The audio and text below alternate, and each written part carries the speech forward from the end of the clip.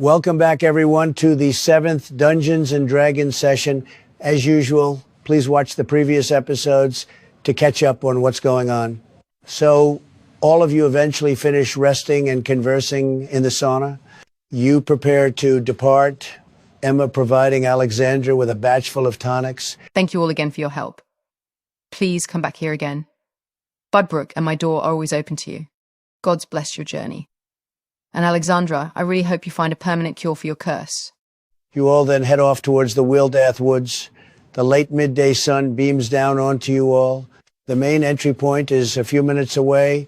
The dirt path that leads through Budbrook, carrying on into the woods through said entry point.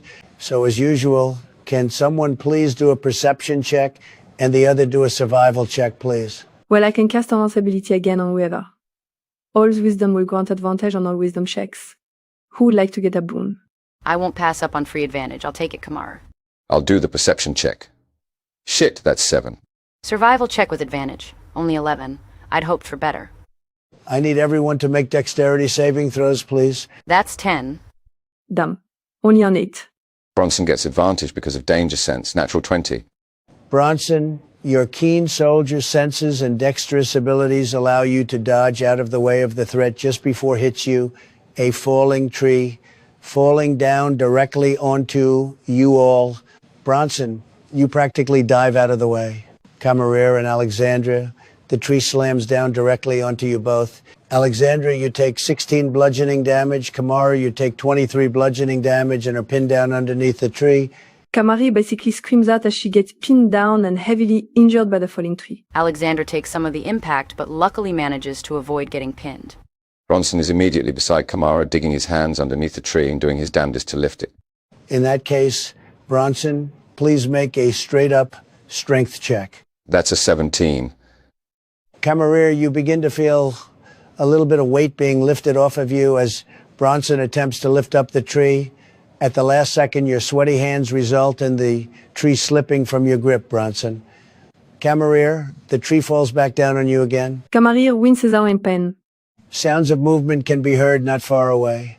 Out from the inner woods emerges a rough-looking man, thick stubble, bags under his eyes, and his armor looks like an amalgamation of different animal hides and metal plates. The rough-looking man takes a moment to observe the scene, soon grabbing the tree himself. All of you help me lift. We can move this thing if we all put our backs into it. Bronson nods, grabbing and gripping the tree again. Alexandra does the same, despite her lack of physical strength. Bronson, roll a strength check with advantage. 17 on both dice, so 2 dirty 20s. With that, you all hold the tree high enough to give Camarera room to get out from underneath. Kamari crawls out from under there, looking drained and lacking color in her face. She casts healing word on herself at 2nd level. Thank you. All of you. Alexandra looks the man up and down, evaluating him in some way. Who are you, mister? We're grateful for the help, but what's your business here? Apologies, there wasn't any time for introductions. I'm Rover, hunter, and survivalist. I was nearby when I heard a loud noise, so I came to investigate. Then I found you all. Well, it's an excellent thing you came on by when you did. Yes, very. Thank you, Rover. I helped too, thank you. Aye, that you did. A lady that can lift trees and looking angelic whilst doing so. I'm glad someone picked up on it. Are you all right, Kamara? I'll leave. Just a little shaken. So what are you lot doing out here? These woods aren't necessarily the safest. Then again, this is the Sword Coast we're talking about here. Not many places are safe if you stray from the path. We're all heading further into the Wealdath woods to investigate an infernal anomaly. A portal of sorts. Rover. They've been appearing throughout the region, and we've seen only 2 so far. Well, you say you're a hunter and survivalist, Rover. Is there anything crucial you can tell us about the Wealdath woods? Anything we need to watch out for? Anything like that? Alexandra casts the prestidigitation cantrip on herself, her outfit clean within a few seconds. She does the same to Kamar, casting the spell with ease. There we are, an easy way to maintain a clean and fresh wardrobe. Meat trick, miss. The only thing I recommend is to stay out of the woods at night. Freakish things start happening after sundown. I'm only just finishing up the day here. I've been hunting a cave bear for a few hours now, but the bastard keeps staying a step ahead. Or rather a paw. You get it? Yes, I get it, Rover. We'll hope you catch that elusive beast. Yes, good luck, Rover. Godspeed.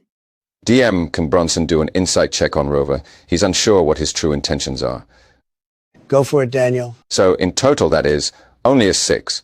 You can't get a good read on Rover's body language, Bronson. You're unsure if he's likely being truthful or deceptive, if he's doing any of either. Okay then. Bronson bids Rover farewell. Ladies, which one of us has the map currently? The map Mayor Archibald gave us. I have it in my satchel. Kamari unzips her satchel, going through its contents. Hopefully this damn portal isn't too far from our current position. Then the mayor will shut the hells up about us being connected to the event. Just like before, show Mayor Archibald at least a sliver of reverence, Alexandra. I couldn't care less. He's a weasel barely doing a good impression of an authoritative figure. His bravado is a fallacy, and as inauthentic as his pride, I owe him no reverence. You say that without any significant evidence to reinforce it. Don't stop besmirching him like you did Commander Lucia. I have met many men and women like Archibald in the past. Their fanfare and age just as fake. They may be verbose, but they're impractical and their courage falters easily when under duress. They're as genuine a leader as I am at sugarcoating things. Guys? Regardless of your past experiences, you can't just go running your mouth against anyone you please. If the situation warrants it, I will. If the situation warrants it. And who generally decides that? You. When things don't roll in your favor? We have a problem. When the truth needs to be said, it's as simple as that.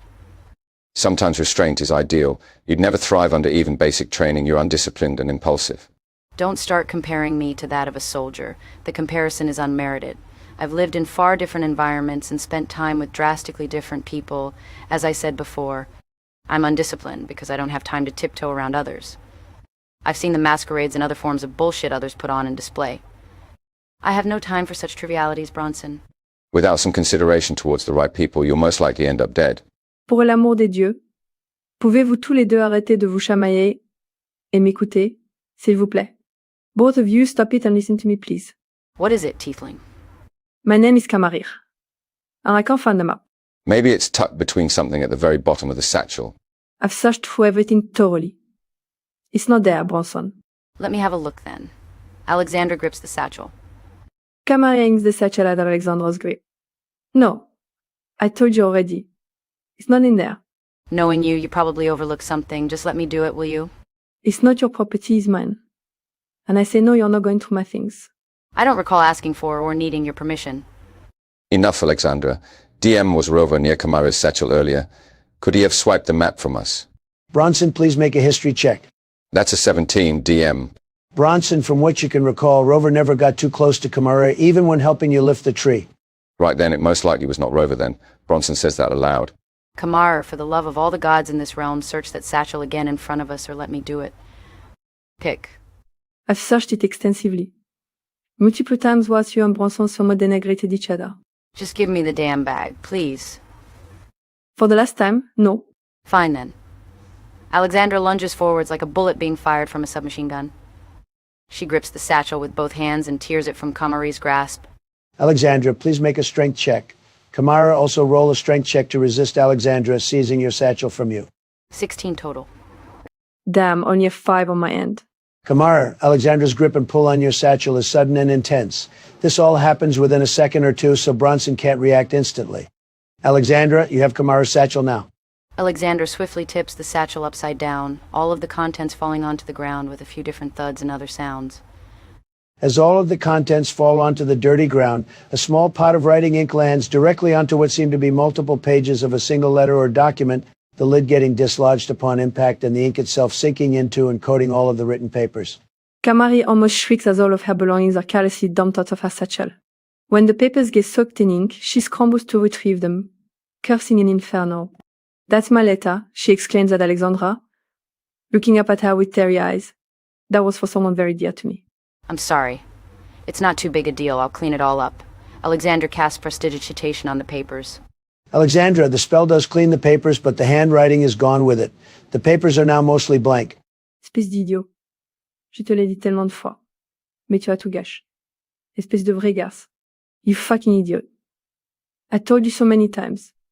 But you wanna fucked it all up. You absolute fucking cow.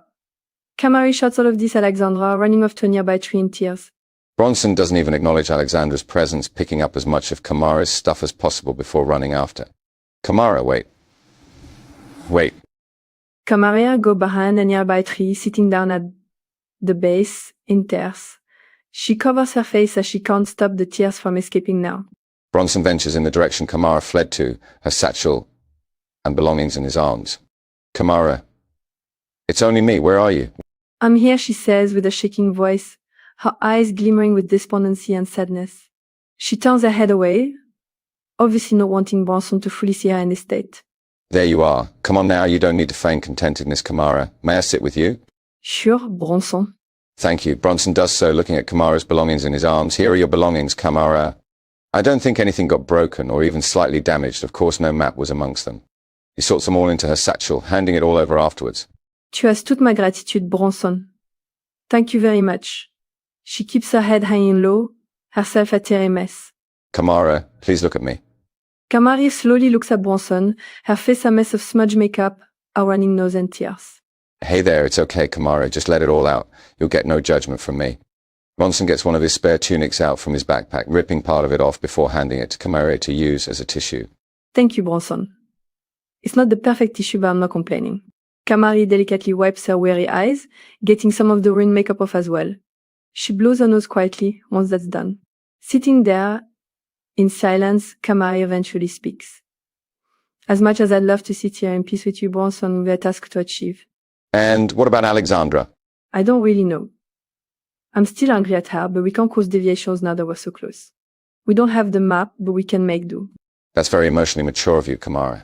Thank you, Bronson. DM will head back to Alexandra. Excellent. You return to where Alexandra was and still is. She sits beside a patch of growing flowers, using a spell to create a perfect replica image of them on the ground beside her. Alexandra looks up after hearing footsteps. Ah, there you both are. Look, I apologize for what happened earlier. I'm just getting paranoid and on edge. When you've traveled for as long as I have and been to as many places, met many different people, etc., you can develop trust issues. Your excuses are of little interest to me, for now. Let's just keep moving and find this porter. Not excuses, they are explanations. Concise ones, but explanations nonetheless less. Look, when we make camp tonight, I'll tell you both all. Who I really am and what you saw back at Emma's house. DM, I'm gonna consume that healing potion I got back in town. And cast mage armor. I forgot to do so earlier. Very well. As you continue and venture on further into the forest, you can roll a single survival check with advantage as a group, or you can roll one each individually, but without advantage. I have the highest survival bonus, so I think it's best if I roll with advantage. If everyone else is content with that. I am. I can bestow upon you some bardic inspiration as well. That sounds good to me. Bronson, you know what to do. So just before you make the roll, Bronson, I'm going to play my flute calmly, emanating inspirational magic as I play. The aura transfers to you, and is swarming around you like a beautiful scent. That's excellent, thank you, Kamara. So altogether, that's 23. That's an excellent roll, Bronson. You cast your mind back to your training days and the survival skills that your commanders and scouts taught you. You're aware how to recognize which direction is which, judging by the sun's position and certain moss that grows, leading towards civilization. Better yet, you can summarize where you all are now in relation to the map and its specified location. Another hour of traveling leads you all to a cave entrance deep into the terrain. It's almost like a slit in shape. Even as you all approach cautiously, the inside is obscured by opaque darkness. Well, this isn't at all ominous, is it? Are you certain that this is the direction we should be heading in, Bronson? Very much so, Alexandra. If you're going to hide an infernal portal, what better place to do it in than the creepy dark cave? Very well, Frest. So who's taking point? I suppose I will as punishment for what I did earlier. If anything jumps out and attacks us, I'll take the full brunt of it. Bronson can go second. I bet back. With that settled, DM, I'm gonna cast the light spell on my dagger after unsheathing it. Since we all have dark vision, the spell will come in extremely handy again. The light will be a purple color. With Alexandra taking point, Bronson behind her and Kamarir last, you all proceed inside. Even with the extra light emanating from the dagger, the darkness still feels thick and girdles around you all. The cave's walls feel rough as you brush up against them. The air is heavy and moist. Aside from your footsteps, there is absolute silence. As you all tread further, Alexandra, you stop as you see a few thick strands of webs roughly 10 feet away. With your dark vision, more strands of silk can be seen. Guys, stop. There are thick web strands ahead. Alexandra speaks incredibly quietly. Best proceed with extreme caution then. We'll keep going then. But may I do a perception check first? Go for it, Alexandra. That is a 19. You see and hear nothing of significance, even as you all proceed onwards, past the silk strands and further in. As the cave walls begin to expand, becoming somewhat distant as the passageway expands, and you can all stand side by side, you see something, Alexandra. A cocoon of sorts about the size of yourself, made of thick, adhesive web. You can roughly see a pair of dry eyes as you stare at it. I need you to make a dexterity saving throw. That's 14. Alexandra, before you know it, a blast of thick webbing hits you in the chest, soon wrapping around your midsection and ensnaring you. In order to get out, you must make a strength check. But first, everyone roll initiative. 11 for Bronson. 21 for Kamara. That's a natural 20. Plus dex bonus, 23. You're up first, Alexandra. Alexandra strains and pushes against the thick constraints in an attempt to break free. Natural 1. Oh, joy. She can't move much either, so that's her done. Through the thick curtains of darkness emerges a giant, bloody spider. It towers over you all in comparison, fangs bared as it hisses and pounces swiftly. Even though you're restrained, Alexandra, you muster enough strength to angle your body so the spider misses its bite against you. It then turns and climbs up the wall effortlessly. Alexandra attempts to strike at it as it scuttles back past her. She can't quite reach the damn thing with her dagger, though. Kamari articulates some arcane words and concludes the spell with playing a sharp note on her flute. DM, charisma saving throw for the spider. That's a 14. The spell seems to do very little to dexterous arachnid. Kamari then plays her flute and accumulates some inspirational magic, aiming it at Alexandra. She is soon thrown by the enchanting magic. Bronson, for the first time this campaign, withdraws his light crossbow. He strikes fast and true, a bolt embedding itself into the spider's side. He gets a little closer to the thing, swapping to his battle axe.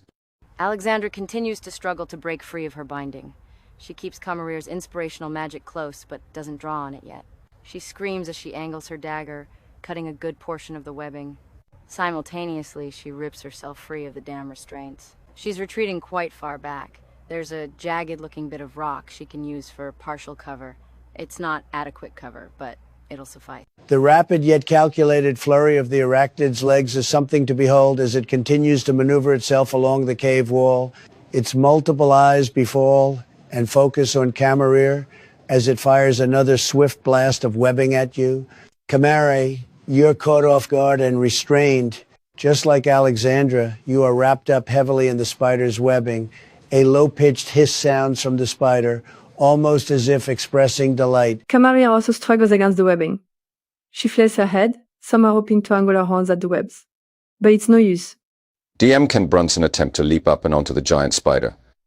Make an athletics check, Bronson, although the DC will be high. Only a 10.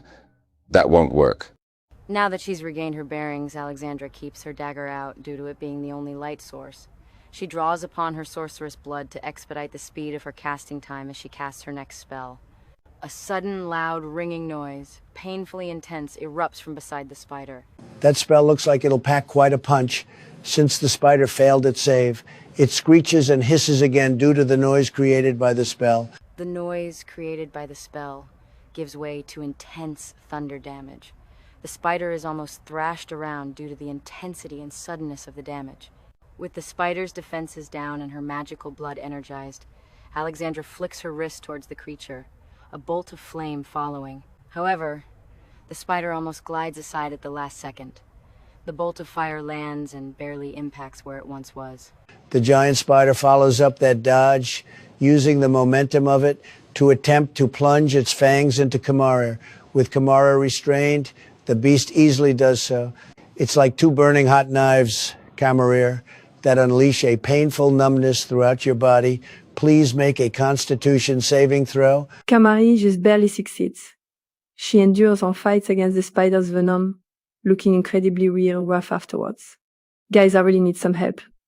Please, she begs to Bronson and Alexandra for assistance. Bronson's attention is soon on Kamara. Alexandra, provide me with some covering fire. Understood. Go.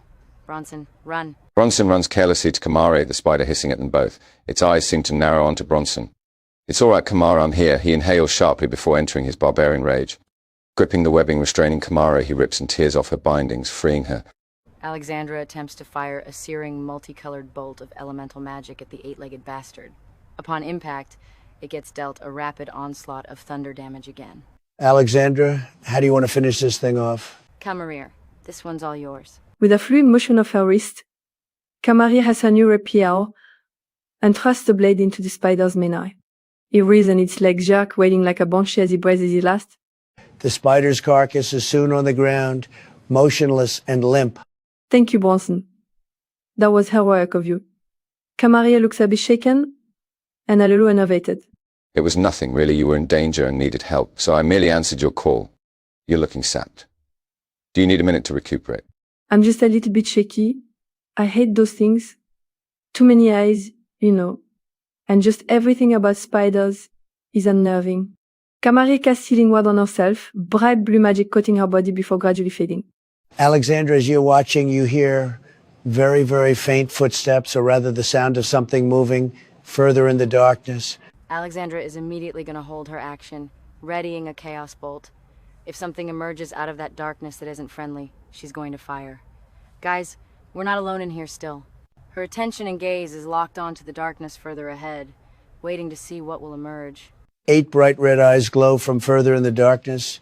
Out comes another giant spider, this one potentially the mate of the one you just slew. It's far larger, hairier, and his eyes are radiating with pure hate. We'll reuse the previous initiative order. Alexandra, fire your spell first. Alexandra fires another multicolored bolt of elemental magic, rolling a natural 20 to hit. The bolt practically explodes into a whirlwind of frost as it hits the spider in the face, almost encrusting the thing in ice. She then summons her own whirlwind, one of a tempest nature that encircles and protects her as it carries her back, Alexandra getting as close as she can to where the jagged rock cover is. She just barely makes it, pressing her back to it as she catches her breath. Excellent attack, Alexandra. A few of its eyes closed. This giant arachnidian beast launches itself onto the cave wall, ferociously scuttling towards Bronson. It sibilates and hisses at you, Bronson, as it rears its fangs and springs towards you. Due to it being fueled on blind rage, it misses. However, it isn't done yet as it brings itself back and attempts to bite into you again. It catches you off guard as its fangs sink into your flesh. Bronson, a Constitution saving throw is needed, please. With Bronson's dwarven resilience giving him advantage, that's 13. You resist succumbing to the venom's full damage, Bronson, your dwarven blood fighting it off the best it can. Kamari behind Bronson, peeking out as she attempts a vicious mockery on the wretched thing. Her voice boomed like that of a megaphone, the spider only seeming bothered. She exclaims, "You look so grotesque that it makes festering cadavers look pretty." Kamarir, the spider screeches as psychic pain strikes its mind. Excellent. Kamari stay close to Bronson, playing a flurry of notes on her flute, Bronson getting surrounded by inspirational bardic magic. Thank you, Kamara. Bronson lunges at the abomination after entering a barbarian rage. Unsure of whether his strike will connect, he draws upon Kamara's inspirational magic. His blade lands and embeds itself in the side of the spider's head. He holds on as the damned thing rears and wails. Emerging from behind her cover, Alexandra springs into action. Using her magical blood, she casts a huge bolt of flame and lightning, unfortunately missing at the last moment due to her aim being a little off. She follows that up with projecting an arc of fire, getting the spider right in the face, and she'll then get back behind cover. The giant spider disengages, rapidly scuttling towards the cocoon Alexandra saw earlier. It bites down through the web shell into the person inside, feasting on them and looking revitalized. Kamari risks getting close, but not too close as she then unleashes a thick cone of intense fire. The spider seems to dodge most of it, but not completely. She then gets back to Bronson, bestowing bardic inspiration magic on Alexandra. Like a wild bull, Bronson almost leaps at the giant eight-legged bastard, both hands gripping his weapon. He practically cleaves his blade into the spider's abdomen, dark blood gushing out of the wound. Since the enemy is close to her location, Alexandra jumps out from cover and goes for a Voltic discharge. It's been changed since it was a broken cantrip beforehand. Now it's a level 1 spell, and the lightning damage is dealt once an enemy has been hit with a melee weapon. Alexandra gets a hit in with her dagger, boldly proclaiming the arcane words to trigger the spell as the attack lands. Magical lightning erupts from the blade, pelting the beast with acute blasts of pain. Once again, Alexandra, how do you want to do this? The arcane lightning from the spell seems to whip and enslave the spider, causing intense pain with every second that passes until the spell ends. The spider's carcass is heavily burnt and decimated as it lays there, lifeless. Kamari hunches over, a little sweaty and shaky again. She gives Bronson a thumbs up after he asks her how she's feeling. Well, that was fun, wasn't it? Alexandra dusts herself off, transferring the light spell to a small nearby rock, sheathing her bloody dagger afterwards. How are you both holding up? Honestly? Never better. I can keep going. I've got a few more arcane tricks in reserve.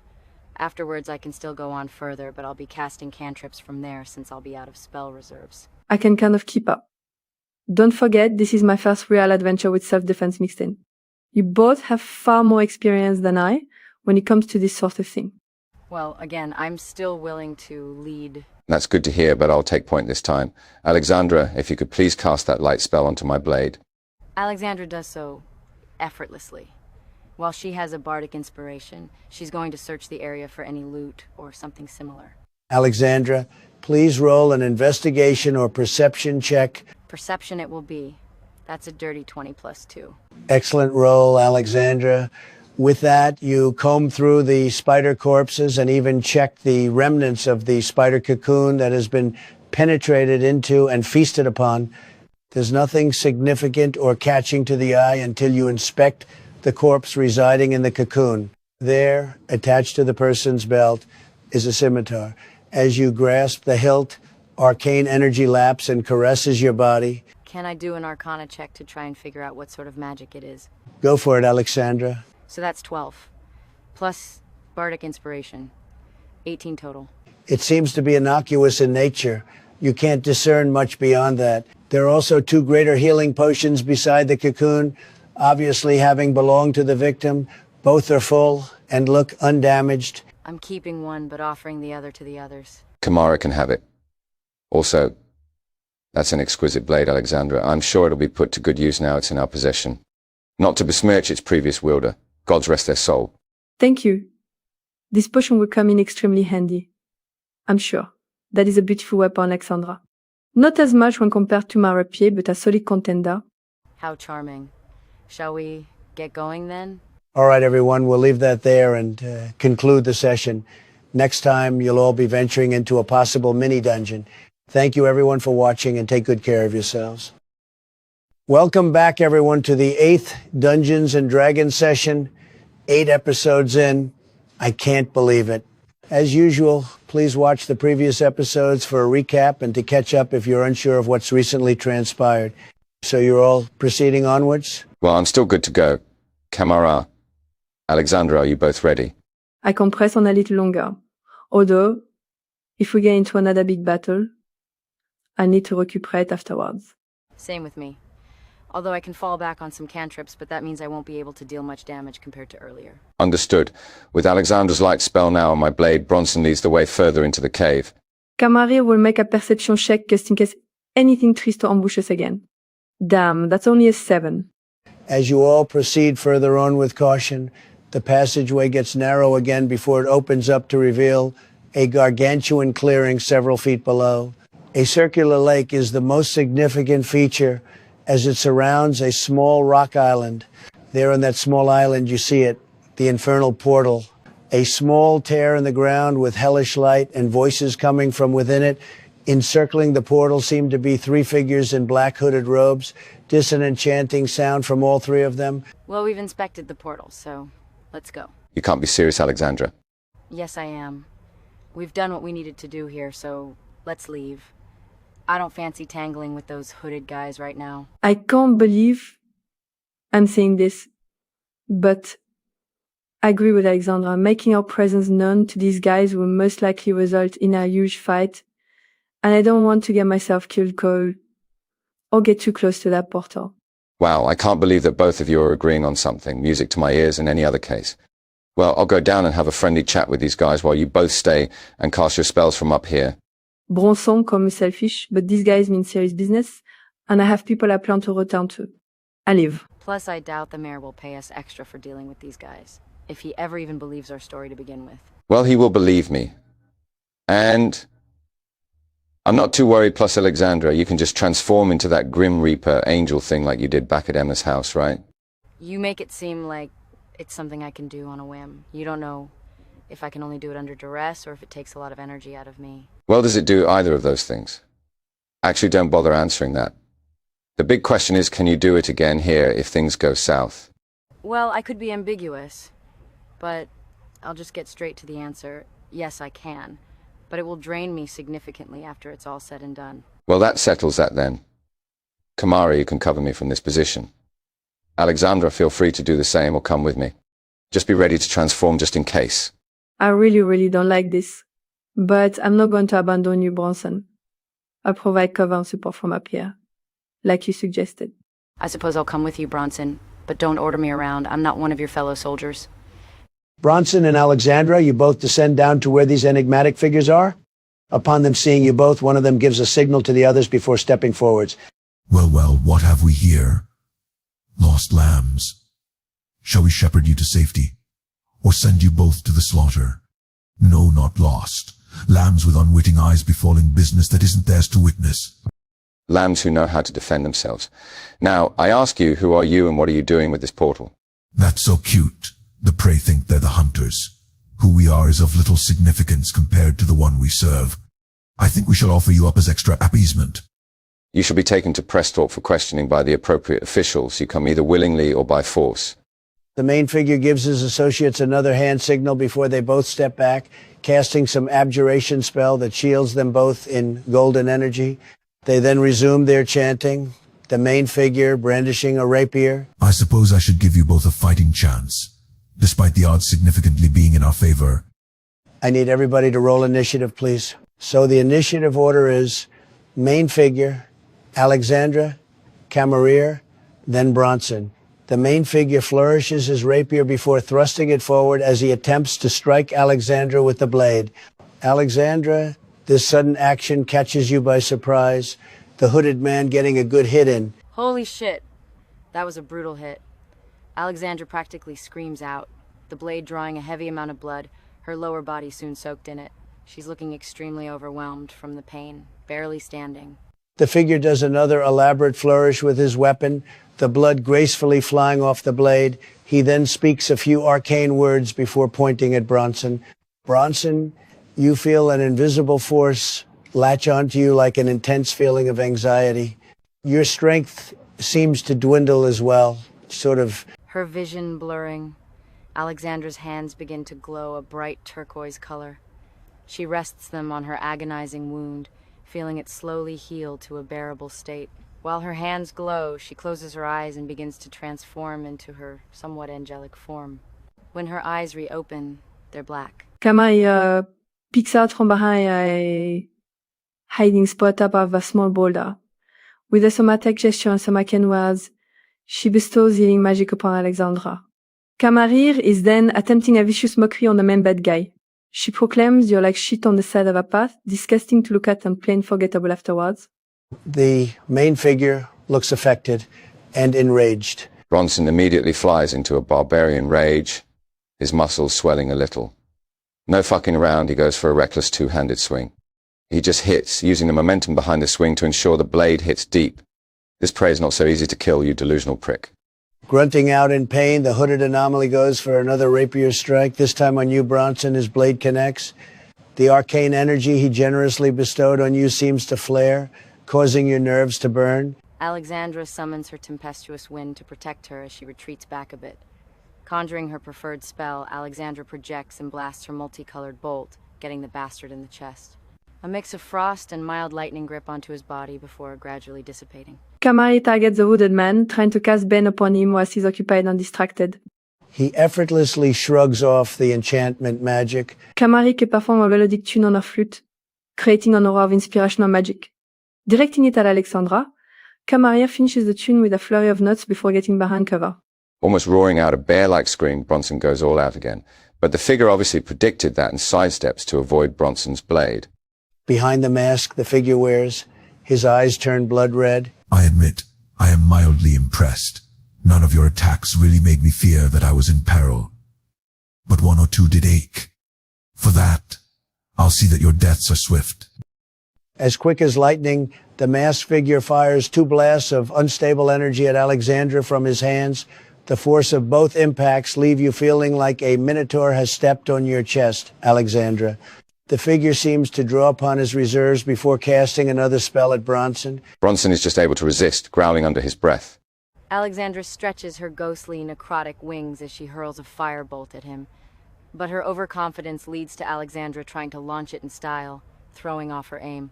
Her eyes start to radiate a necrotic green behind the blackness. Kamari's voice is amplified again as she goes for another vicious mockery, shouting, "Why don't you jump into the portal? You're not worth the trouble." The figure seems to disregard the insult. Bronson's rage slips from him, his muscles returning to their previous state. Regardless, he engages in another reckless attack, his resolve not breaking. Aiming for the bastard's legs this time, his gleaming battle axe gets temporarily wedged under his kneecap. The main figure looks ready to retaliate, but ceases once his associates speak a few unique, indecipherable words. Their chanting has stopped, the infernal portal seeming to calm down in terms of reactivity. This one is finished. No need for the blonde anymore. Let's depart, brothers. With that, all 3 robed figures cast another series of unique arcane words, soon disappearing in thick clouds of red smoke. The infernal portal then seals itself shut, and the voices coming from it are now non-existent. What in the 9 hells was that? Something I'm more than looking forward to finding out. What an intriguing set of events. Intriguing. I'd say more along the lines of ominous. Ominously intriguing, and feel free to use either word interchangeably. But together, The big question being, who in the hells were they? Masked figures masquerading around an infernal portal. That's not something you see every day, it's extremely abstract. They mention they don't need the blonde anymore. we can contemplate and theorize all evening, but it won't get us very far. We must divulge this information to the mayor as soon as we can. Unless we head up to that cave we talked about a while ago. Crackforge, wasn't it? Correct. Although right now I could use some shut-eye. Ambushed. As am I. Although, I did promise you some explanations as soon as we make camp tonight. Well, here seems like a good place to set up camp after I search the perimeter for any other surprises. Do you want either of us to go with you? No need, but thank you. Although some bardic inspiration wouldn't hurt, if you please. Kamari begins forming a mellow tune on her flute, although the inspirational magic fails to accumulate. It doesn't even present itself. Sorry. Bronson, I can't help in that regard for the moment. Not a problem. Alexandra, would you please assist with the perimeter search? I suppose I shall. You can roll a single perception check with advantage, Bronson. You or Alexandra, so long as you're helping each other. Alexandra, this one's all yours, if you want it. How can I decline such an offer? I'll take it. With advantage. That's 18.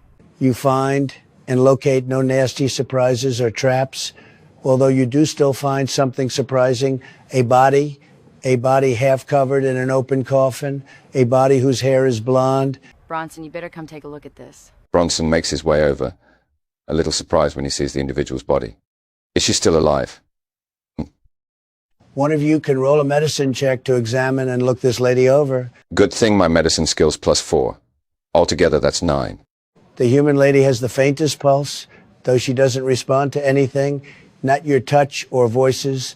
Whether she's been knocked out or been magically induced with a sleep charm, you're all unsure. We should take her back to camp. She might know something about those hooded pricks. If we can rouse her. Bronson, would you kindly carry her? Of course, hopefully the height difference won't prove too much of a hindrance. Strength check, DM. Yes, indeed, Daniel. 22 in total. Bronson, this isn't even a challenge. You carry the lady back to your camp with ease, setting up some blankets and other relative comforts for her. One of you gets a campfire going as your tents are set up. I can assume that Kamari has been informed of all that's happened. She sits close to the lady, keeping an eye on her in case anything changes. The blank pieces of paper and cooler in her hands, Kamari trying her best to recite what she previously wrote before the whole incident with the ink. Alexandra drinks one of the tonics Emma made for her, as she feels a little nauseous. She then changes into her nightwear. Bronson has removed his armor, eating some of his provisions and drinking from his water skin. DM, is there anything on this woman that can give us an idea of who she is? Anything that can help us identify the cause of her unconsciousness? Make an investigation check, please, Alexandra. Very well. 19 total. Alexandra, you find nothing of significance on her except for two things. The first is what seems to be a small black diamond in the palm of her curled hand. The second is the necklace she's wearing. It seems to be the shape of a symbol. If you want to investigate further, roll a religion check. I'll show the others what I've discovered. Religion check, 14. Alexandra, you know that this is a holy necklace. The energy coming off of it is, of course, divine in nature. Nothing malicious from what you can tell. Alexandra, can I have a look at that diamond, please? Sure, but why? Alexandra hands the black diamond to Kamarir. DM, can Kamaria do an arcana check to see if the diamond contains any magic? Or pertains to anything magical? Of course, feel free. Thank you. That's 15. Kamarir, you're sure that diamonds are known to be used in certain spells. However, this diamond seems to be corrupted somehow. Whether it's dark magic or a spell gone awry, who knows? Very interesting. Kamari will make a mental note of that. Alexandra, it's time for some explanations about your past and origin. Yes, but a question first. How would you feel if you were betrayed by those closest to you? By those I held most dearly, I would be saddened, distraught, and wondering why they turned. Je suis d'accord avec toi. I agree most definitely. Glad to hear that. Now imagine traversing through multiple galaxies and planes, each site even more grander a spectacle than the last. Mass, length, time, temperature, light, and matter. These are meaningless and play by no rules or laws of physics and construction when in the astral plane. In the ethereal plane, spirits and intangible creatures walk. Some dimensions are angelic, some are horrific. Even realms that the gods reside in are sometimes too much. In terms of stimulation, I sought to cross boundaries the gods had set in place. I want to drink from the very fountain the gods' powers originate, so to speak anyway. Why do the gods hesitate when they can act? They're complacent and lack vision, clarity, ambition. Why not share their power? Even to a select few? To derive even a modicum of their power would be glorious. You can conceive and create things that transcend beauty. The unimaginable becomes lucid. Daunting and dire become delight and desire. To rewrite realms and transcend all dimensions, laws, rules, to become a god. Why restrict and conceal this power from those who wish to use it for ambitious means? Because we don't have the right to decide that sort of future. Just because the gods say so? Because you do? Our purpose in this reality can be broadened significantly. It's difficult for mortals to comprehend because you can't think of a grander purpose. You want to live your primitive lives and die, your soul ending up hell's knows where. That's going to be a never-ending cycle. Don't people deserve better? Maybe not all, but most do. For a mortal life to pass by like a lit candle being blown out is melancholic, somewhat. Keeping the old rules of life and balance preserved due to people's fears of unfamiliarity is so stale. In fact, it's downright pathetic. Imagination, creation, vision, grandeur. These are aspects that can be heightened drastically as new realities are conceived, shaped. Your world and realms, policies and physics inaugurated, constituted, life, ecosystems, species, gravity, and so much more. Alexandra, you're scaring me. And losing me simultaneously. What does this have to do with betrayal anyways? Scaring you? I could create a world where fear does not exist. Imagine that. Although, without fear, what would set you back?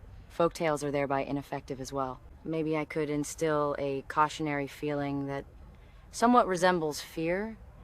Conceiving a new emotion might be required then. God knows. All right, now I'm starting to get unsettled. Alexandra, again, how does this correlate to betrayal? Before any of you can do anything else, the blonde lady stirs and begins to regain consciousness. The human lady slowly regains consciousness, sitting up gradually and rubbing her face. Where in the nine hells am I? Who are you people? Relax, miss. It's okay. Camarine des Bambasada, making sure she's all right. You're all right now. The lady relaxes a little, but still seems a little wary and inquisitive. Her face is covered in scars, scratches, and dirt.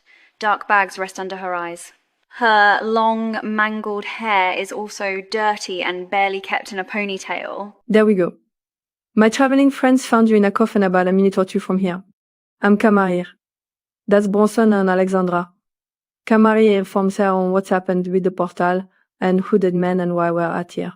I'm Jocelyn. I'm grateful for what you've done and for freeing me. Those cloaked men kidnapped me from my hometown and took me here. They had some sort of magic inside that coffin that induced a dreaming state, so I was sort of awake, in a way. Rather jolting to be snapped back here.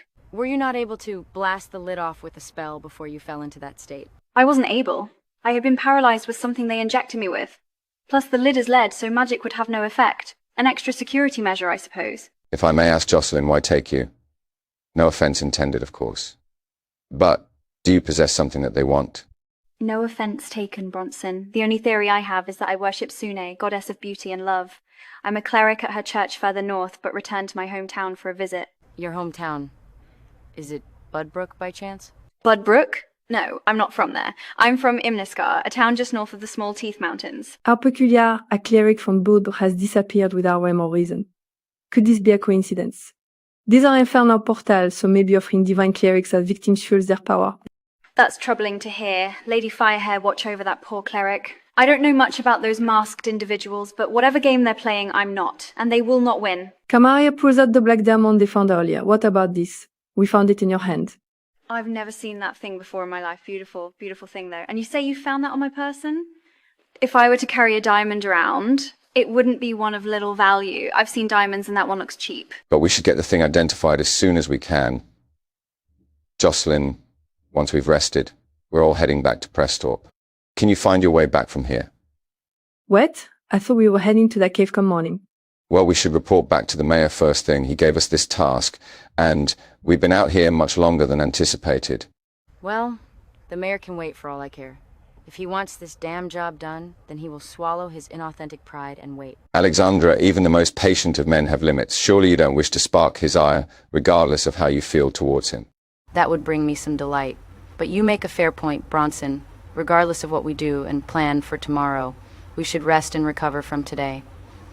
Kamaria returned to her letter, her cooler ran over the parchment. Even though she remembers what she wrote about in the previous one, the words and the arrangements just don't seem right to her. Were you all right, Kamara? You seem lost in thought.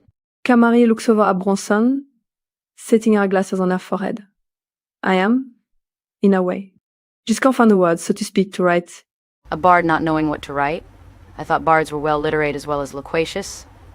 Despite what you think, not all bards are masters of the pen and tongue, Alexandra. At least not at this stage in their careers. For some anyway. Bronson, I could use some help with this, please. Of course, Kamara. Let's have a look then. In private. In my tent. I don't want my writings to be in view of prying eyes. She gives Alexandra a look, making it clear to Josiane that she's not aiming that comment at her. If you're sure. All right then. Thank you, Bronson. Kamaria wishes everyone else a good night before she leads Bronson into her tent, following behind and zipping the front up afterwards. Jocelyn looks at Alexandra with a raised eyebrow. I'm not going to ask what's going on between you and Kamara. But you should rest. I'm not really in the mood to sleep. I'll keep watch just in case. Very well. I'll sleep a little better for that. Sure, I wouldn't offer otherwise. It's the least I can do. You all did save me, lest we forget. Glorious. Good night then, Alexandra says dryly before slipping into her own tent. Kamaria sits cross-legged with Bronson, her glowing eyes struggling to focus on the letter. She sets the parchment on her lap, looking somewhat defeated. Alexandra is right. Bronson, I should know what to write. I'm just not as good as I appear to be. The hardest part of something is not knowing. How you proceed with it is not unfamiliar. But your options are broad. Let's start with the essentials. What's this letter about? Who is it for? What do you want to convey through this letter? The most significant details. You don't have to answer these questions aloud, of course. Just think on them and then form a rough draft. I'll answer your questions, Alou, just vaguely when speaking about them. This letter is for someone very dear to me. What I'm conveying overall is that I won't be seeing them for a while since I'm traveling with company on a job of sorts. Very well then. DM, can I roll a check to see how well this goes? Roll an intelligence check, please, Bronson. Kamarir, please roll. a dexterity check to see how well you convey the words as you write the letter. Do either of us get advantage? I'll allow it since you went over how you wanted to format and construct the letter in terms of the message. 18 total. Dirty 20 total. Together, you both form and write this letter almost perfectly. It took some time, nonetheless. And I assume Bronson doesn't look at any personal details in regards to the letter. Yes, DM Bronson doesn't look or pry at any of the personal stuff. Kamari finishes the final words of the letter, taking off her glasses and rolling up the parchment. Well, that took a long while, but it was more than worth it. Thank you, Bronson. Again, you're so sweet. Why, thank you, Camarera. It was a pleasure. Seeing you happy is also worth it. I suppose I should make it up to you somehow. She says that in a mildly teasing way, giving Bronson a sweet smile. How about another few pages from our favorite book? The Goliath and Chambermaid. Oh, yes, please. Kamari retrieves her book, smiling, putting her glasses back on her face as she opens it. So we briefly covered, last time, that the crimes of the Goliath were numerous and so horrific that it got the attention of some of the divine gods. An incredible achievement, ironically. When the Goliath was younger, he prayed frequently and intensely, desperate to be free of all the hardships he was living in. Growing up in a rundown ruin of a town with rotting crops and diseases spreading amongst his people is not an ideal place to be born in. I can imagine that. Your home and environment can dictate and change one's personality and perspective on many things. Many things, yes. The Goliath did try to work hard on life. He damn well tried. All of the work he put into his village, finding his first love, having his child. Yet his village seemed to view his work as lackluster and poor. His first love left him shortly after their child was born. Their child then died less than a week after birth. Many seem to think he was cursed during his conception. Regardless, he was a mourning after his baby died. Who wouldn't be? This was one of many things that nudged him towards a precipice. Before you can say another word, Camarera, you and Bronson hear Jocelyn shouting from outside. Alexandra, get out here! Bronson, Kamara, help! I need help out here! Now! You all rush outside after grabbing your weapons. There's no time to put any armor on. Jocelyn has a blade pointed at a cave bear emanating a malicious aura. Its eyes are completely black and its body is covered in a reddish tint along with a few runes. It roars, an ungodly roar, rattling you all. Everyone roll initiative. Natural 20 plus 4. How ironic. I got a nat fucking 1. 4 total. 14 altogether. Nice. 18, when counting all of my bonuses. The bear got 19. Camarera, you are up. Kamari is out of spell slots on bardic abilities. She knows her inspirational magic won't return until after she's rested. Casting vicious mockery, she proclaims, "You're so ugly even a hag will look down upon you." The mutated bear seems completely unaffected. Your words, Kamar, are insignificant to him. Pretend the mayor. Kamara curses in Inferno before brandishing her rapier. She ensures that there's a good amount of distance between herself and this beast. The monstrosity almost leaps as it barrels its way towards the closest person. Alexandra, that'll be you. With another fierce, unnatural roar, the bear attempts to pounce on you with its claws. Alexandra, it's almost a blur as it strikes, inflicting a deep gash into your waist. Alexandra. Well, I'm fucking down. I was low on health anyway. How fantastic. I'm afraid I need a death saving throw from you, Alexandra. Good, 17. Very good roll there. The mutated bear turns its attention towards Jocelyn, repeating the same attack it did on Alexandra. Jocelyn, the bear's movement is sporadic, hard to predict. It wounds you down your side, blood escaping onto the ground. It makes a strange noise, as if enjoying this. Jocelyn shrieks in pain as the damned monster literally gets its claws into her. Fighting through the pain, she focuses on Alexandra, casting healing magic on her body, revitalizing her. I got you, Alexandra. Hold on there. Shifting to the bear, Jocelyn summons dark green energy around her fists. In Soon's name, you little beast. She strikes out at the damn thing, punching it as the energy envelopes the bear, causing necrotic damage and lacerations to its midsection. She stays put, her free hand on her own wound. Bronson has no rages left, but he doesn't bloody care. He basically, like a spring, launches himself at the damn bear, both hands on his battle axe, reckless, all in. His blade embeds itself in the bastard side, Bronson getting a stream of blood to the face. It doesn't faze him. Gasping and coughing up a little blood, Alexandra eventually gets to her feet, panting. Thanks, Jocelyn. Gathering her battle prowess, Alexandra does a graceful spin, flicking her wrist towards the bear once finished. A speedy bolt of flame erupts from it and at the bear, but her aim is off slightly. Cussing under her breath, she moves to take cover behind her tent. It's not ideal cover, but rather that than nothing. Kamari clicks her fingers, casting vicious mockery again as the sounds coming from her amplify temporarily. She shouts at the bear, "Who swapped your godawful face with your mother's disgusting asshole?" A small whimper of pain can be heard from the bear. With that, the bear lashes out with its dexterous claws at Bronson. The vicious mockery would impose disadvantage on the attack roll, but Bronson's reckless attack gives the bear advantage. I'll say it balances it out. So it attacks with neither advantage or the opposite. Bronson, you get struck in an unarmored area. The blow almost knocks you off balance. Almost. The bear follows up with another hit, but just misses. That wound hit deeper than it looked. Bronson's face is going slightly pale. Jocelyn immediately circles round the big bear, casting healing magic Bronson's way, healing him up the best she can. Cracking her fingers, she unleashes a torrent of intense heat at the beast. The bear uses its thick hide to take the brunt of the assault, but it still singes his fur. Staying within range of the monstrosity, Jocelyn circles back around, flanking him from behind. With Jocelyn now flanking, Bronson feels more certain about getting a guaranteed hit on the furry bastard.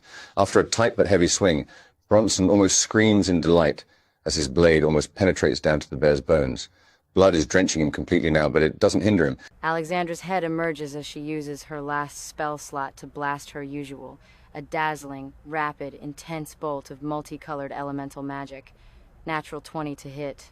A concussive blast of thunder basically slams into him, striking hard, swift, and goddamn true. With the concise thrust of her palm, Kamarir speaks a few arcane words, conjuring glowing strands of silk that wrap around the bear temporarily. Bear got a natural 20 on his save. Shit, Kamarir sighs in frustration. Despite the Ursid being flanked, he seems unfazed. He propels himself towards you, Jocelyn, jaws open, teeth bared. His bite gets you right in the arm, Jocelyn. It goddamn hurts so much. The bear savors the bloodshed, turning and going for Bronson. This monster has tasted blood. It wants more. The bear practically thrusts its claws into you, Bronson, with almost blinding speed. Your own blood is soon coating you as well. Jocelyn can feel herself losing strength. She sees how wounded Bronson is as well. Sune, please guide my hand. With a quick motion, Jocelyn lands another successful attack with her necrotic energy, unleashing a less restrained version. She thanks her goddess under her breath. Bronson is heavily wounded, yes, he's struggling to stay upright. Taking a deep breath, he swings his silvered blade again, and it lands right between the bear's fucking eyes. Alexandra's head pops out again as she hurls another fire bolt the bear's way. And it misses. Again. Shite. Kamarir goes for one more attempt at vicious mockery. She yelps, "You're not a beast, just a pathetic pile of secretion." Successful save. Sorry, Kamarir. Growling, almost tasting victory and begging to revel in it, the bear lashes out at the nearly trounced dwarf. First attempt misses. Second one knocks you down, Bronson. Bronson is on death saving throws now. First roll is 17. One success. Jocelyn coats Bronson in more healing magic. Not as much as before, but it's still effective. Bronson slowly rises, barely clutching his weapon. Time to finish this fight. This has gone on long enough. His blade connects as he executes his attack. Bronson, how do you want to do this? Butchers the bear's skull in two, straight down the middle. As he screams and resuscitates his anger, ripping out the bastard's brain and pulverizing that too. He finally calms himself afterwards. Jocelyn heals everyone up a little as the storm subsides, so to speak. She then sits, healing herself as well. Thanks for your help, everyone. Don't mention it. You fight well for a member of the cloth. This isn't your first battle, is it? All I can say is that this wasn't anything new. Although the manner of the bear itself, it looked augmented by arcane magic. That's an understatement. Fucking prick got some seriously heavy blows in. I'm still woozy. I'm off to bed, guys. With that, you all retreat to your tents and patch yourselves up before resting. You all rest well and recuperate come sunrise. You all guess that it's sunrise anyway, but you're unsure since there are no entrances or exits in the immediate vicinity. and nowhere for the sunlight to penetrate and come through. Regardless, you all awaken and begin preparing for the day ahead. So where exactly are we heading to next? Back to Presthorpe or to Crackforge Cave? For what it's worth, we can't go either way. As long as Crackforge Cave contains something concrete in terms of evidence, proof that these hooded cult men are conspiring and involved with this infernal portal. We can head back to Presthorpe. The job is done. I don't want to spend another day or two traveling there for a gamble. Mayor Archibald needs to be informed about what we've seen and done. Jocelyn keeps to herself, biting her lips as the others continue debating. I don't want to waste any more time on this. Fine. We'll return to Presthorpe, but I won't be addressing the mayor directly. You can do that, Bronson. And what about you, Jocelyn? You're well to come with us, even though we'll be heading the opposite way. Your hometown is further north, correct? Correct. I'll probably head back up north to Imnaskar. Thank you all for rescuing me. It was a pleasure to fight alongside you. The pleasure was all ours. Maybe we'll meet again in the future. If you learn anything about those infernal portals, please write to us. We'll most likely be staying at the Ravenous Raven Tavern. Bronson also shows Jocelyn the letter from Edwin quickly too. Well, I'll be sure to keep in contact. After all this, I'm definitely going to find out as much as I can. Maybe after we're done in Presthorpe, we'll come to you. Once you are all out of the cave, Jocelyn departs after leaving the Black Diamond with you all. So you are all going to head back to Presthorpe? Pretty much. Lead the way, Bronson. As usual, everyone, someone please roll a perception check and one person roll a survival check. Camari will roll for perception. 13 total. Survival for Bronson. Natural 20 with a +4 bonus. All three of you begin your journey, Bronson gladly taking point. It takes nearly a full day to make it close to the town. It's another few hours away. It's early in the night now. If you decide to push on, you can get to the town shortly before sunrise. But you'll take a level of exhaustion. That level of exhaustion is definitely not worth it. Plus, we've been traveling long enough for today. We will start setting up camp. I'm thinking of maybe camping in the woods this time around. DM, can I do a survival or perception check to make sure the area is clear before we move in, so to speak? No problem at all.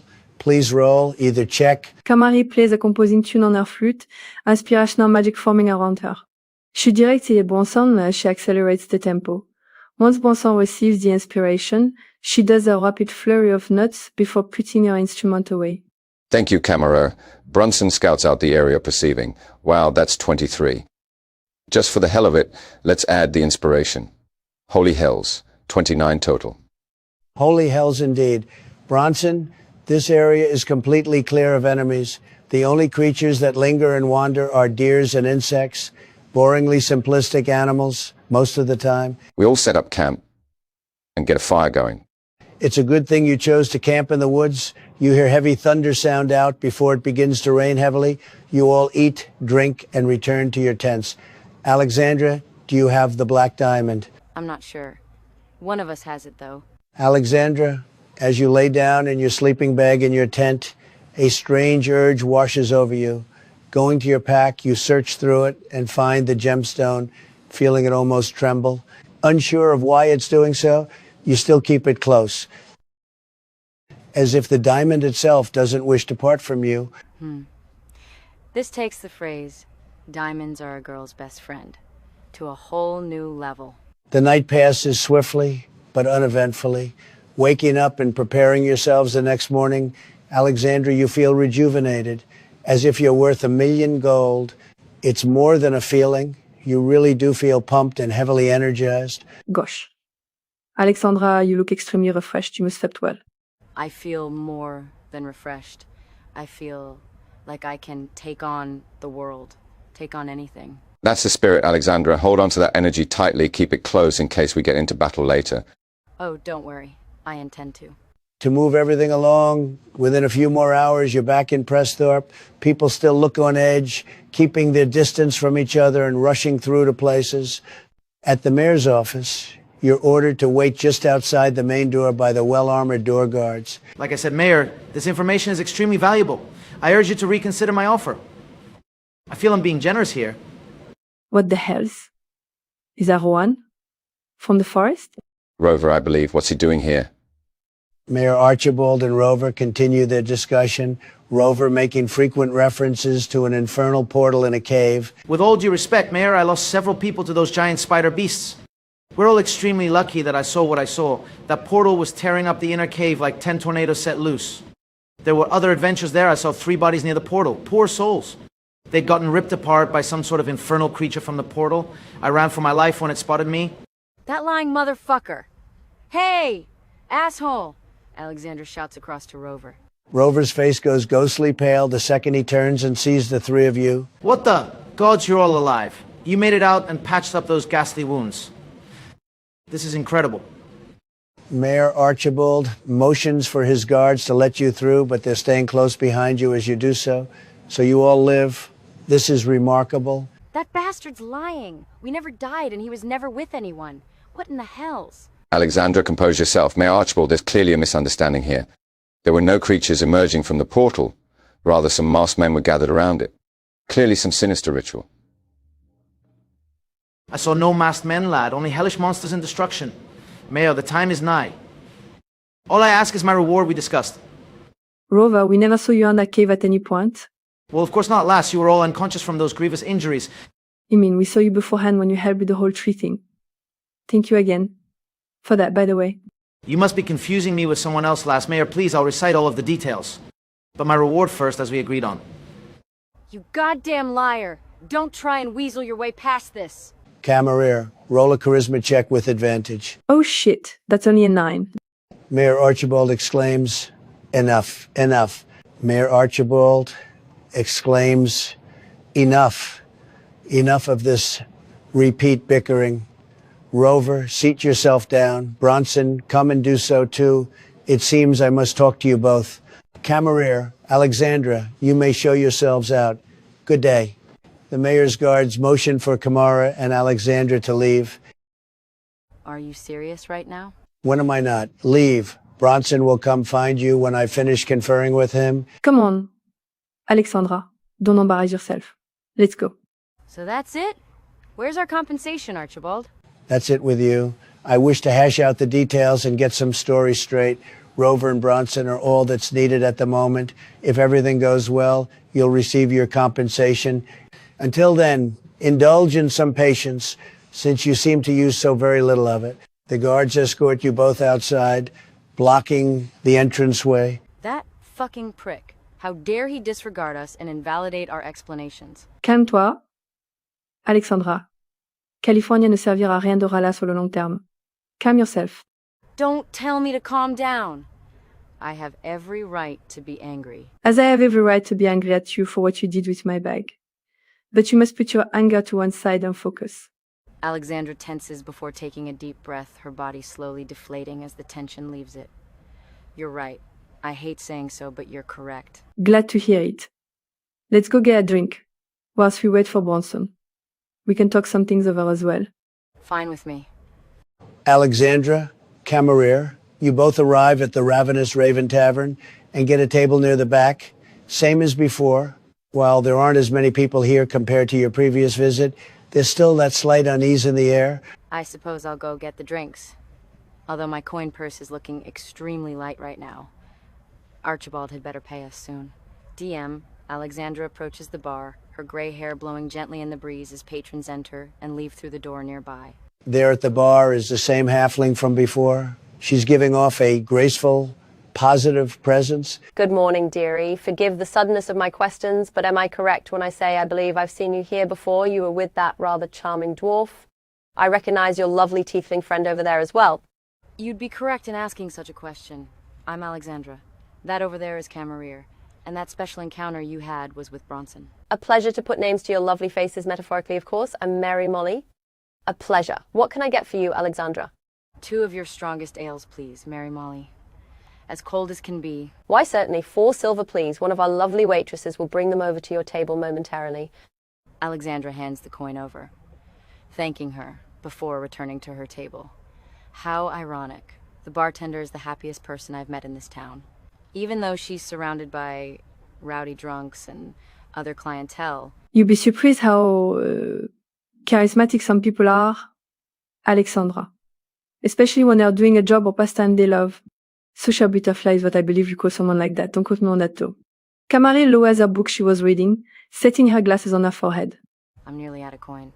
If that damned worm of a mayor doesn't fulfill his promise, I'm going to ensure the rest of his life is spent in incessant misery. I wouldn't waste your time with worrying about that. Bronson will convince Archibald. If Bronson doesn't put his foot down, he'll be returning to us with nothing. Look, Bronson is amazingly brave and indomitable in battle, but he's so obedient to individuals that don't reciprocate the fact. It's called reverence, Alexandra. A basic commodity. Like I said before, though, Archibald is inauthentic, absolutely full of it. Bronson upholding his reputation, I understand that. But sometimes the people you hold in high esteem use that against you, to your own detriment.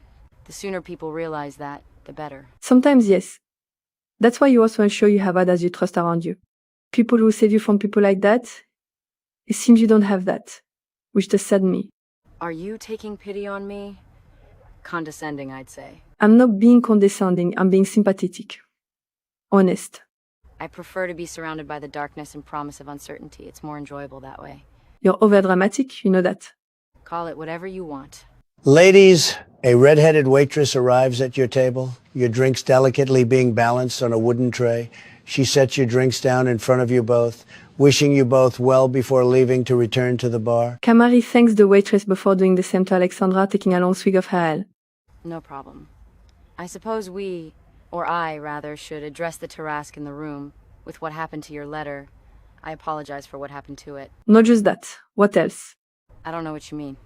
Care to elaborate? You betrayed my word, snatching my bag, going through my belongings. Need I go on? You needn't. I didn't... Look, I apologize. Again. For all of that. It won't be repeated. Alexandra, if you are being sincere, please roll a persuasion check. If you are lying, then please roll a deception check. Camarere, you can roll insight. Well, I'm being moderately sincere. So persuasion it is. 12. Camari will insight her. Dirty 20. Your apology is not as sincere as it could be. Can you prove that this apology will be the only one we'll have? Not right now, but I certainly hope my future actions will help prove it. I will hold you to that. Definitely. As you continue your insightful conversation, the ground begins to shake. It starts with a mild one, then tremors. The floorboards begin to break, the ceiling beginning to weaken. Holy gods! What's going on now?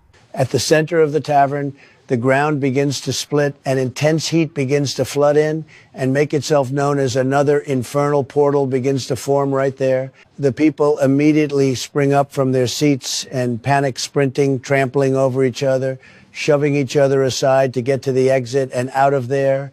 Screams of various pitches sound through the air, making it almost deafening. All of the furniture surrounding or on top of the portal gets sucked in, falling deep into the flaming abyss inside. Camari is immediately getting to the bar, jumping onto it to position herself ready for whatever emerges. Her rapier is drawn. Alexandra go and get Bronson and the mayor.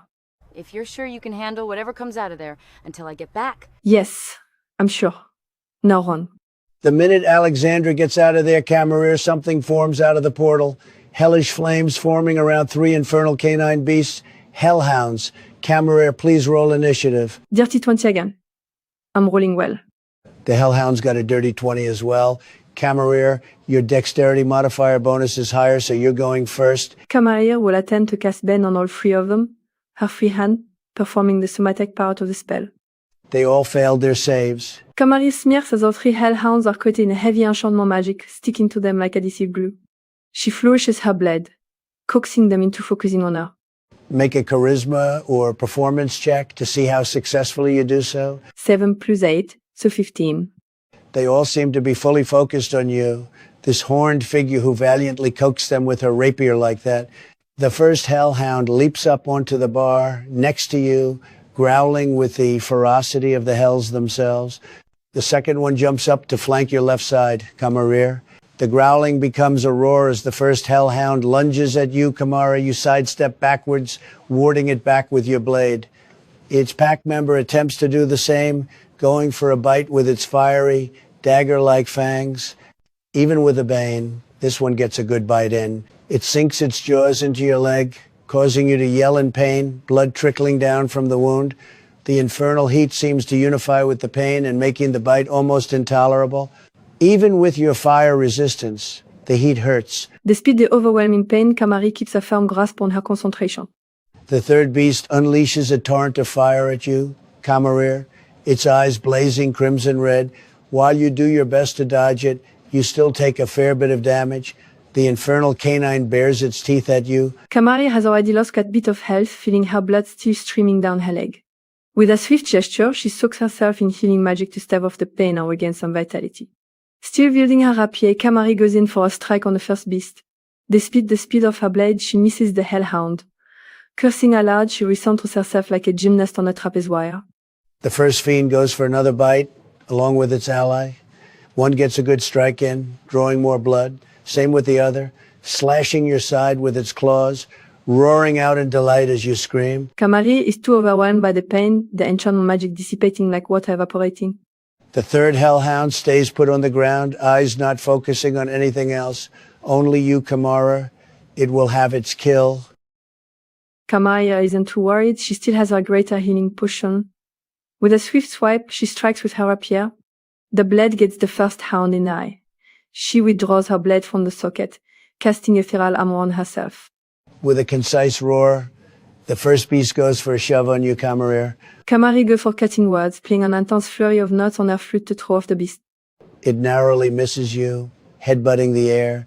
Second one lets out a stream of fire from its mouth. You get caught in the blast, your armor luckily staying intact. But even still, for a tiefling, this fire is potent and painful. Third beast unleashes a fire breath as well. Even though you avoid most of the crimson inferno, your skin burns intensely. Kamari is taking severe damage, and is close to falling unconscious.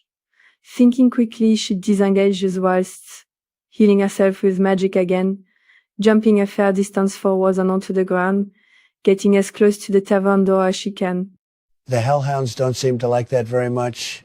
They all move as close to you as they can, the first two lunging at you simultaneously. Cutting words on the second hellhound, Kamari desperately blows into her flute, a high-pitched wail of a note sounding out of it. The first hellhound misses you as you raise your foot up in time. Despite your attempt to ward it away, the second beast mauls you with its claws. Third one gets you in the back, ripping into your flesh. Kamari practically screeches in agony, especially when her back gets ripped into.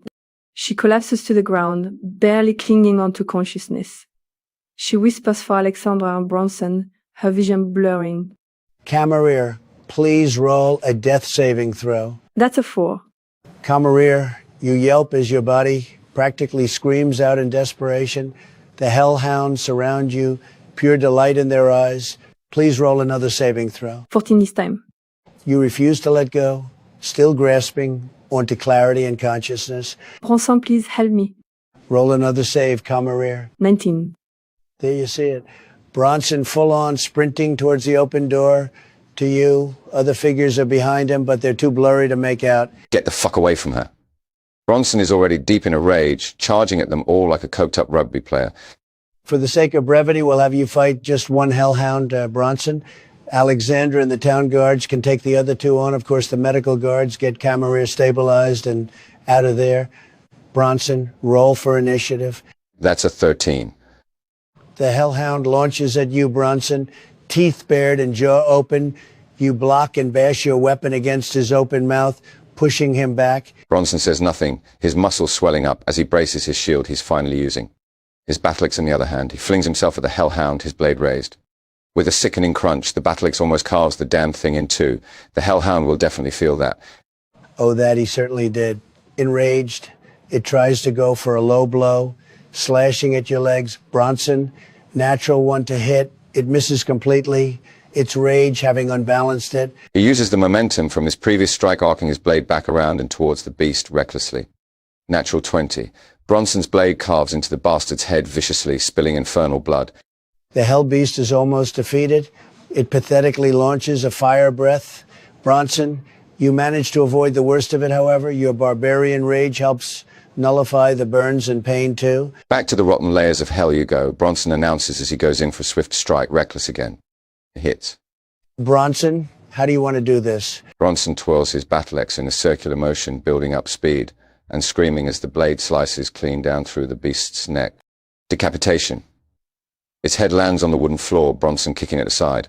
Fantastic kill, Bronson. Alexandra and the town guards take care of the other two with some help from you as well, Bronson. Camarera is taken to the medical building, the infernal portal, closing within a few more 10 seconds. Everything is somewhat back to its normal state, but the air is heavy, very heavy.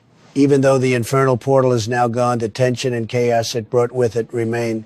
We'll conclude the session here. Thank you as usual, everyone, and take care of yourself.